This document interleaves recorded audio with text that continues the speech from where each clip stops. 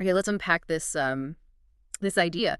Flying fortresses, aerial dogfights, but from thousands of years ago. Weapons that honestly sound like they're straight out of a sci-fi flick. You might think we're about to dissect the latest blockbuster, but today we're going way further back, deep into the Mahabharata. Yeah, a real deep dive. We're looking at the, well, incredible story of King Salva and his Salva Vimana.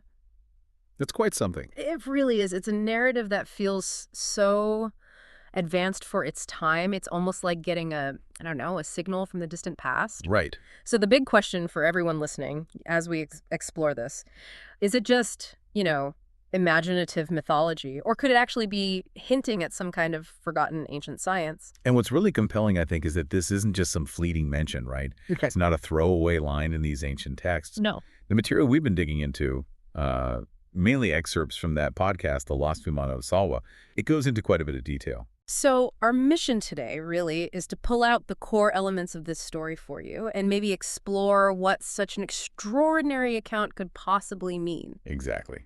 Let's try and piece it together. So first things first, let's set the scene. Who exactly was this King Salva? Okay. So from what the sources tell us, he was definitely a powerful ruler in his own right. But the key thing, the driving force in this particular story, is his intense resentment towards Krishna, a burning hatred, really. Right, and there's a specific reason for that animosity, isn't there? It wasn't just random dislike. No, not at all. If you look at the wider context of the Mahabharata, Salva's hatred, it really stems from a key event. Krishna basically taking out Salva's friend, Shishupala. At the Rajasuya Yajna, I remember that. Exactly. That public defeat and death, it just fueled Salva's desire for revenge.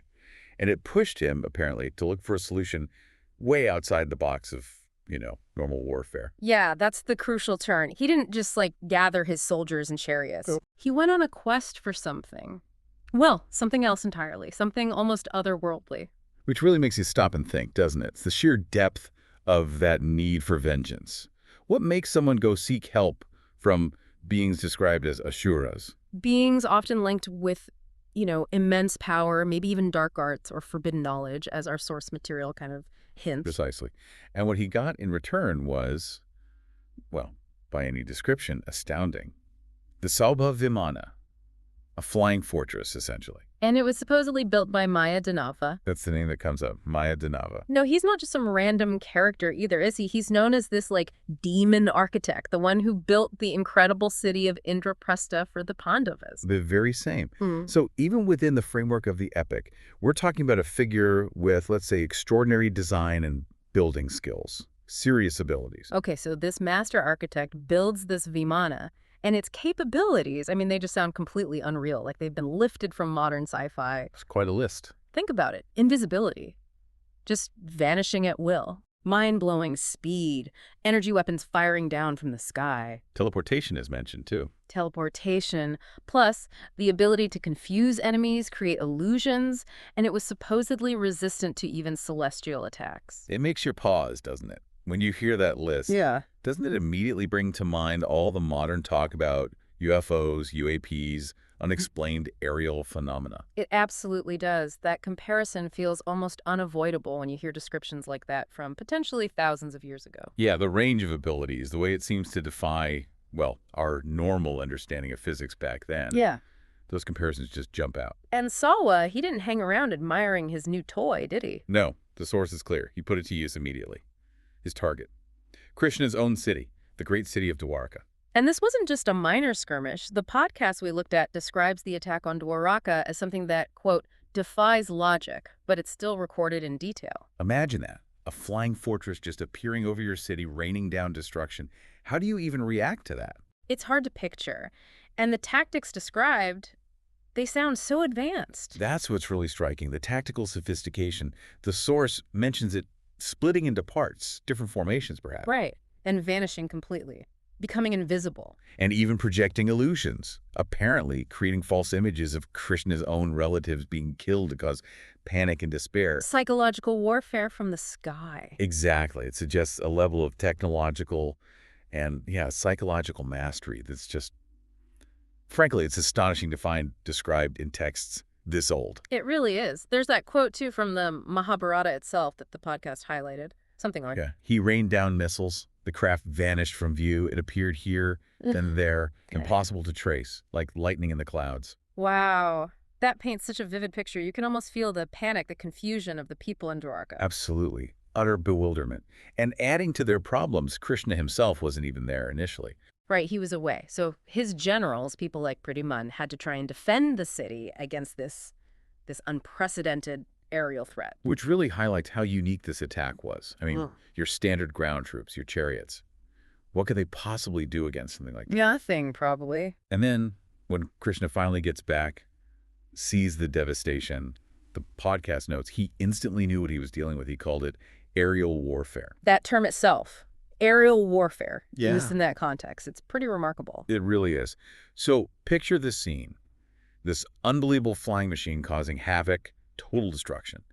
And then Krishna arrives. Setting the stage for, well, an epic confrontation, almost a divine showdown. And the source material really emphasizes how extraordinary this clash was. You have Krishna using his divine weapons, his astras. Which we might think of as, what, celestial weapons, energy projectiles with specific powers. Something like that, yeah. Against this incredibly slippery, powerful Vimana. The podcast talks about its evasive moves, dodging attacks, maybe shifting dimensions somehow. And turning invisible again and again. Right. It's a battle that really stretches the imagination when you think about ancient combat. But Krishna obviously isn't easily defeated. How did he manage it? The podcast mentioned his Sudarshan chakra. Exactly, his divine discus. The key point made was that he didn't just rely on sight. He supposedly used the chakra to lock onto the Vaimana's energy signature. Ah, okay. So sensing its presence even when invisible. That's clever. It implies a whole different level of tracking, doesn't it? And then, when the Vimana finally did reappear, became visible again. One single decisive strike with a Sudarshan chakra obliterated it. And Salva, the king seeking revenge, he was killed too. So the end of Salva and his incredible machine. And the Vimana itself, what happened to the wreckage? Well, according to the podcast sources, it plunged into the ocean, fell into the sea, and was just gone, never seen again. Which, of course, just adds another layer of mystery to the whole thing, right? Its disappearance sort of seals its enigmatic nature. It really does.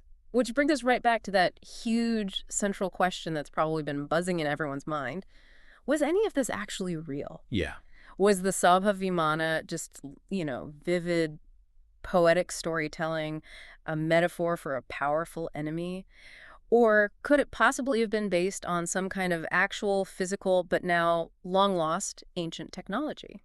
And this is where we really step into the realm of interpretation, speculation, mystery.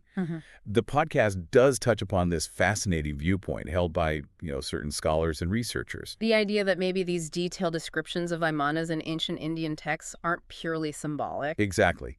That they might not be just allegory. Some propose these accounts could actually be perhaps veiled references to highly advanced technologies that maybe existed way back when. A kind of ancient high-tech civilization. That's the implication for some. They argue the descriptions are too specific, too technical sometimes to be just myth. And they bring up that other text too, don't they? The Vaimanika Shastra. Yes, that often comes into the discussion. An ancient Sanskrit text that supposedly goes into the nuts and bolts of these Vaimanas. Like discussing actual mechanics, fuel systems, propulsion methods. The podcast mentioned something like propellers. Right, propellers, guidance systems, flight paths, even pilot training manuals, supposedly. Wow. That's pretty specific for ancient texts. It is. Now, its authenticity and age are debated, of course, but the content itself is what sparks these theories. And then there's the even more speculative idea the podcast alluded to. Ah, yes. The idea that some interpretations suggest these Vaimanas might even have been capable of interplanetary travel. Okay, now we're really pushing the boundaries. Absolutely. That definitely lands firmly in the realm of conjecture.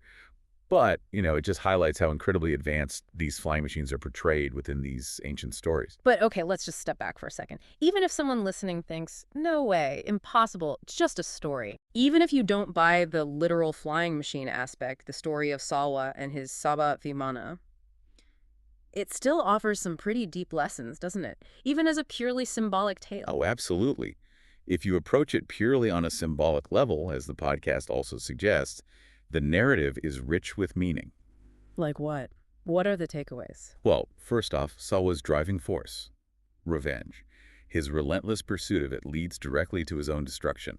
It's a pretty stark warning about how consuming vengeance can be. Yeah, the self-destructive nature of that kind of hatred, how obsession blinds you, that comes through loud and clear. Definitely. And then there's the classic theme. Truth. Truth, dharma, righteousness, cosmic order, and divine wisdom, represented by Krishna. Ultimately triumphing. Exactly. Triumphing over even the most awe-inspiring material power, which here is symbolized by that seemingly unbeatable Vimana. Power isn't everything. That's a timeless message. What else? Well, it also kind of nudges us, doesn't it? It encourages us to at least consider the possibility. The intriguing idea that maybe ancient peoples knew more than we generally give them credit for. That our view of history as this straight, linear progression from primitive to advanced might be too simple. Perhaps. It challenges us to keep an open mind about the knowledge our ancestors might have possessed, technologically or otherwise. Yeah, exactly. And it just underscores how rich and sometimes surprisingly, well, the podcast uses the word futuristic, how futuristic Hindu itihasa, or history, can seem. Right. These aren't just simple bedtime stories or primitive myths. They contain these complex, thought-provoking elements that still resonate today. It's fascinating, isn't it, when you connect it to our modern world, our own ongoing obsession with, aliens, UFOs, advanced tech, just beyond our grasp. The podcast made that link too.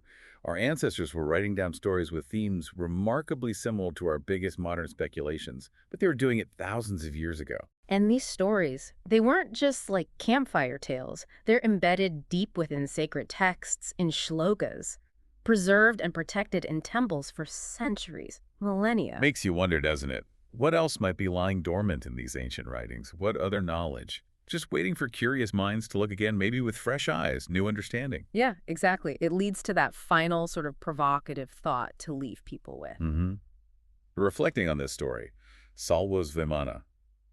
What other lost knowledge might be hidden away in ancient texts, not just from India, but from cultures all across the globe? And if we could rediscover some of that, what could that mean? How might that change our understanding of our own history, the limits of science, maybe even our place in the universe? Big questions, but worth pondering, I think. It definitely makes you look at these ancient stories in a whole new light.